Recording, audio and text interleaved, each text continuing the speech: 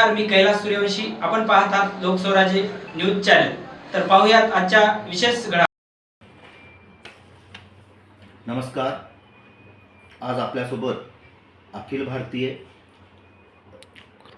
गुरु रविदास समता परिषदेचे अध्यक्ष तथा प्रसिद्ध साहित्यिक विचारवंत इंजिनियर चंद्रप्रकाश देगलूरकर आहेत.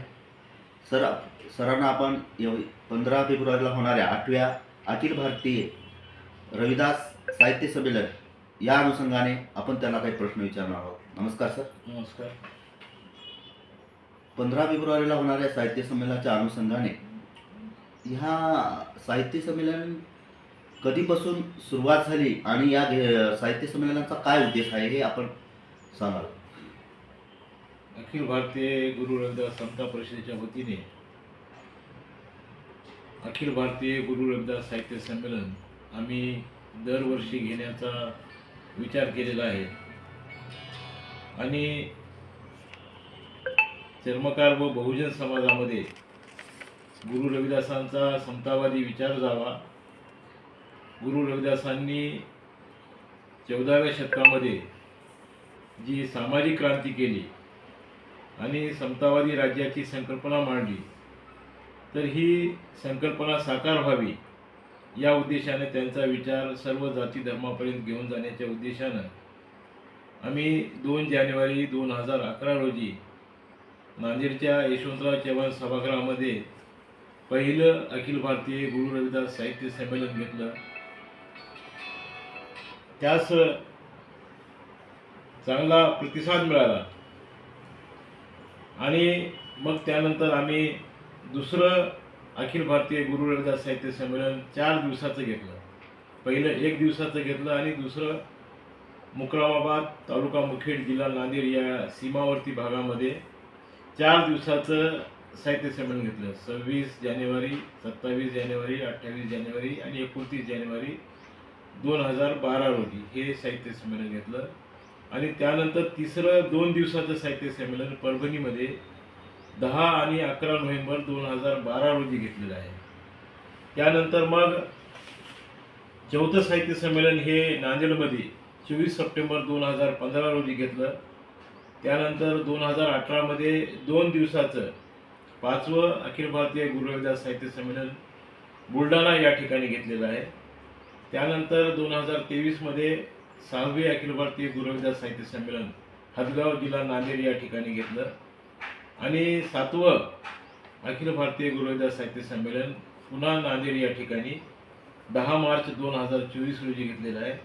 अशा पद्धतीनं नांदेडमध्ये 3 साहित्य संमेलन झालेले आहेत आणि मग पुन्हा आणखी 8वं अखिल भारतीय गुरु रविदास साहित्य संमेलन म्हणजे नांदेडचं हे 4थं साहित्य संमेलन आणि एकंदरीत हे 8वं अखिल भारतीय गुरु रविदास साहित्य संमेलन पुन्हा एकदा येत्या रविवारी दिनांक 15 फेब्रुवारी 2026 रोजी नांदेडच्या शिव पार्वती मंगल कार्यालय भावसार चौक नांदेड या ठिकाणी हे 8वं अखिल भारतीय गुरु रविदास साहित्य संमेलन आम्ही आयोजित केलेलं आहे.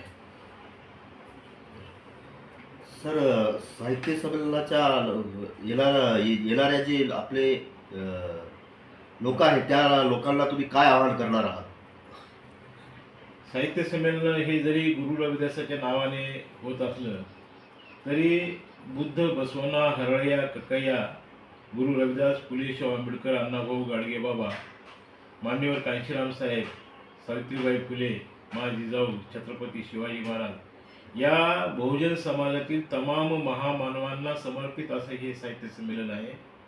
गुरु रविदासांची विचारधारा आणि फुले शाहू आंबेडकरांची विचारधारा ही एक विचारधारा आहे आणि ही विचारधारा सर्व बहुजन समाजात गेली पाहिजे म्हणून एकतर या साहित्य संमेलनाला आम्ही अखिल भारतीय स्वरूप दिलेलं आहे. त्याला कोणतंही प्रादेशिक स्वरूप न देता पूर्ण भारतातील बहुजन समाज, विचारवंत, लेखक, साहित्यिक, पत्रकार, सामाजिक कार्यकर्ते हे सर्व यामध्ये सहभागी व्हावे अशी आमची धडपड आहे, असा आमचा प्रयत्न आहे. त्या उद्देशानं आम्ही महाराष्ट्र, कर्नाटक, तेलंगणा, आंध्र प्रदेश, उत्तर प्रदेश, बिहार, राजस्थान, मध्य प्रदेश, गुजरात अशा सर्व प्रांतामध्ये आम्ही जे साहित्यिक आहेत, लेखक आहेत, सामाजिक जाणीवेचे कार्यकर्ते आहेत आम्ही त्यांना या साहित्य संमेलनामध्ये सहभागी होण्यासाठी निमंत्रित करतो. आणि आमचं जे तिसरं साहित्य संमेलन झालं तर त्याचे जे अध्यक्ष होते हे उत्तर प्रदेश आग्रा येथील फार मोठे साहित्यिक डॉक्टर जगदीशचंद्र सितारा हे होते. आणि बुलढाणा येथे जे साहित्य संमेलन झालं तर त्याचे अध्यक्ष हे सतनाम सिंह हे दिल्लीमधील सुप्रसिद्ध लेखक आहेत, मूळचे ते हरियाणाचे आहेत.